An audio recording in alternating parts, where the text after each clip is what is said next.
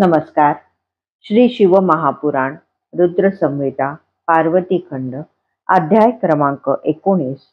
कामदेव भस्मसात झाला. श्री गणेशाय नमः. ब्रह्मदेव नारदांना म्हणाले, हे मुने, महायोगी महेश्वर क्षुद्र विचारांनी कधीही पतित होऊ शकत नाहीत. अखंड अनुसंधानात असलेल्या त्यांच्या मनात पार्वतीला पाहून तिला आलिंगन देण्याचे विचार घोळू लागले. तेव्हा ते एकदम सावध झाले. ते दुसऱ्याचे दुष्कर्म आहे हे त्यांच्या लक्षात आले. त्यांनी त्याचा शोध घेण्याचा प्रयत्न केला. तेव्हा हाती धनुष्य घेतलेला कामदेव गर्वाने उभा असलेला दिसला. तो दुसरा बाण सोडण्याच्या तयारीत होता. त्याचे कपट लक्षात येताच त्यांना फार राग आला. तेवढ्यात कामदेवाने तो अमोघ बाण सोडला, पण शिवजींनी केवळ दृष्टिक्षेपानेच त्याचे निवारण केले. ते पाहून तो भयकंपित झाला. प्राणभयाने व्याकुळ होऊन इंद्रादिकांचे स्मरण करू लागला. त्याचे आर्त हाक ऐकून सर्व देव तात्काळ उपस्थित झाले. त्यांनी शिवजींना नमस्कार केला आणि त्यांना शांत करण्यासाठी त्यांची स्तुती करू लागले. पण काहीही उपयोग झाला नाही. अनिवार्य संतापाने त्यांचा तृतीय नेत्र किंचित उघडला. त्यातून अग्नीचा दगदगीत लोळ बाहेर आला. त्या अग्नीने कामदेवाला चहूकडून घेरले. त्यामुळे तो खाली पडला. सर्व देव शिवजी याला क्षमा करा, क्षमा करा असे म्हणत होते तोवर त्या अग्नीने कामदेवाचे भस्म करून टाकले. ते दृश्य पाहून देवांना फार दुःख झाले. ते व्याकुळ होऊन रडू लागले. पार्वती ही भीतीने पांढरी पडली. ती आपल्या सख्यांसह पितृगृही गेली. हे सर्व इतक्या त्वरेने घडून आले की मदनाची पत्नी रती दगडासारखी स्तब्धच झाली. भानावर येताच दुःखाने आक्रोश करू लागली. ती देवांना दोष देऊ लागली. जमिनीवर डोके आपटू लागली. स्वतःचे केस उपटू लागली. तिचे रुदन पाहून चराचर विश्व शोकग्रस्त झाले. देवांनी तिचे सांत्वन केले. ते म्हणाले, रती, शांत हो, स्वतःला आवर.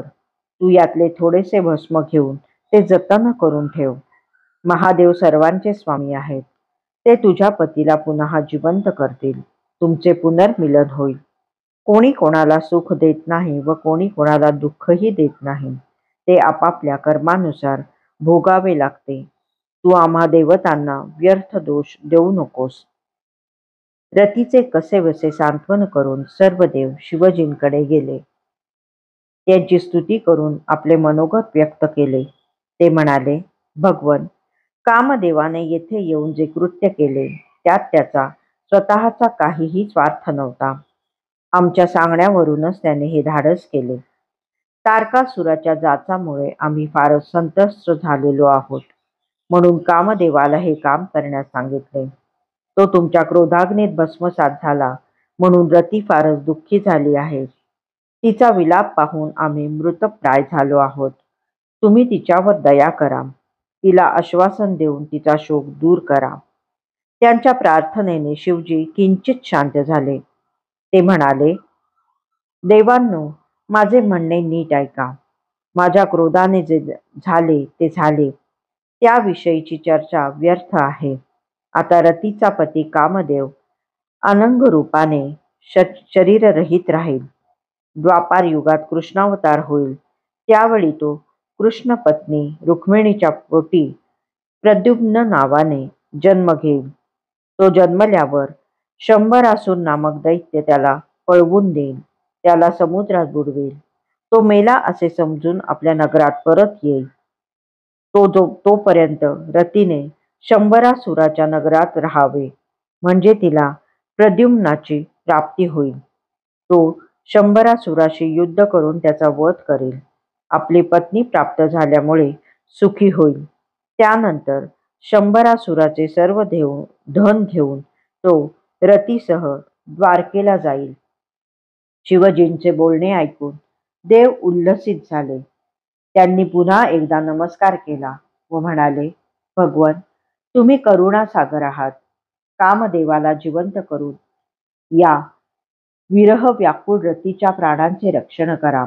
त्यावर शिवजी म्हणाले, देवांनो, मी तुमच्यावर प्रसन्न आहे. तुमच्या विनंतीचा मान ठेवून मी कामदेवाला जिवंत करेन.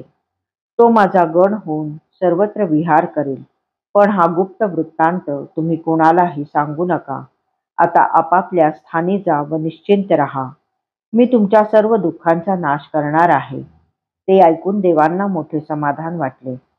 ते स्तुती करत असतानाच शिवजी अंतर्धान पावले. देवांनी रतीची समजूत काढली आणि ते आपापल्या स्थानी गेले. तीही संबरासुराच्या नगरास गेली. अध्याय 19 समाप्त.